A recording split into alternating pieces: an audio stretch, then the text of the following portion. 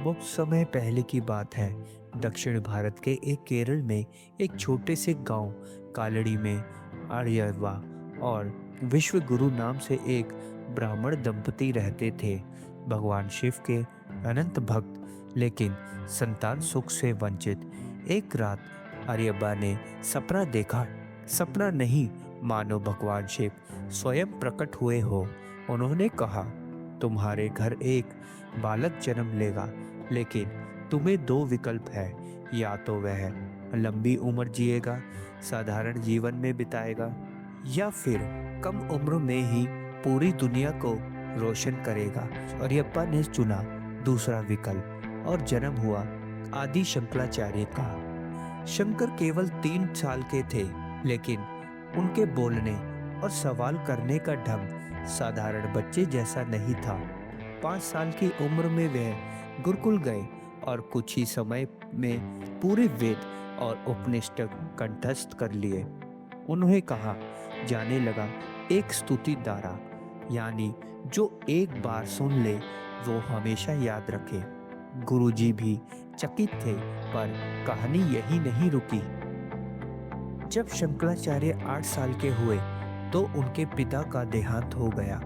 घर की जिम्मेदारी माँ पर आ गई, लेकिन शंकर का मन संसार के बंधनों से परे था। उन्होंने अपनी माँ से कहा, माँ मुझे संन्यास लेने दो।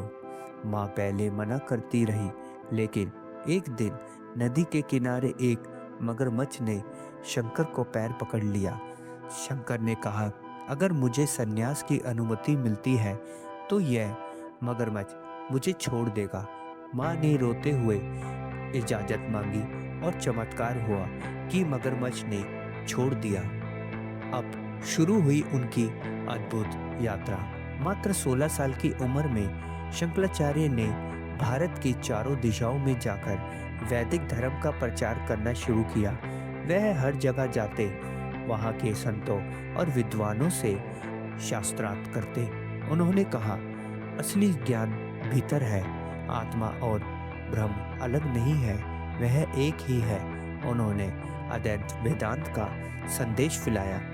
ब्रह्म ही सत्य है, यह संसार एक माया है।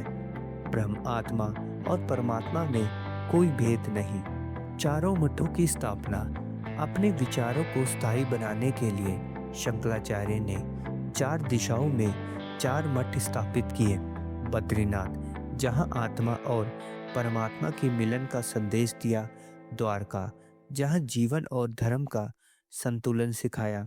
पुरी, जहां उन्होंने भक्ति और ज्ञान का मेल बताया। श्रृंगेरी, जहां उन्होंने ज्ञान और योग का महत्व समझाया। हर मठ को उन्होंने एक वेद सौंपा और शिष्य नियुक्त किए। उन्होंने केवल विद्वानों के लिए ही नहीं, बल्कि आम जनता के लिए भी एक अमूल्य भक्ति काव्य लिखा, भज गोविंदम। इसमें उन्होंने कहा, भज गोविंदम, भज गोविंदम, भज गोविंदम, मुड मणे संप्रप्राप्ते यत्र हिते काले, नाही नाही रक्षति विक्र करणे।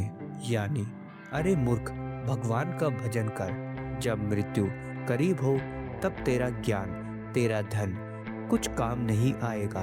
32 साल की उम्र में शंकराचार्य ने आखिरी यात्रा की। केदारनाथ में हिमाचल की गोद में उन्होंने अपनी साधना को पूर्ण किया और वहाँ उन्होंने शरीर का त्याग कर दिया। आज हजारों साल बाद भी उनके अद्वितीय दर्शन हमें सिखाता है, हम सभी एक है। आत्मा और परमात्मा का भेद केवल एक भ्रम है, असली शांति भीतर है। शंकराचार्य की कथा केवल एक संत की नहीं, बल्कि उस व्यक्ति की है जिन्होंने भारत की आत्मा को फिर से जीवित रखा। समाप्ति के साथ यही कह सकते हैं, तो दोस्तों, क्या हम भी अपने भीतर भक्ति को पहचान सकते हैं? क्या हम इस माया को पार कर सत्य को जान सकते हैं? आदि शंकराचार्य का जीवन हमें सिखाता है, खुद को जानना ही मोक्ष है।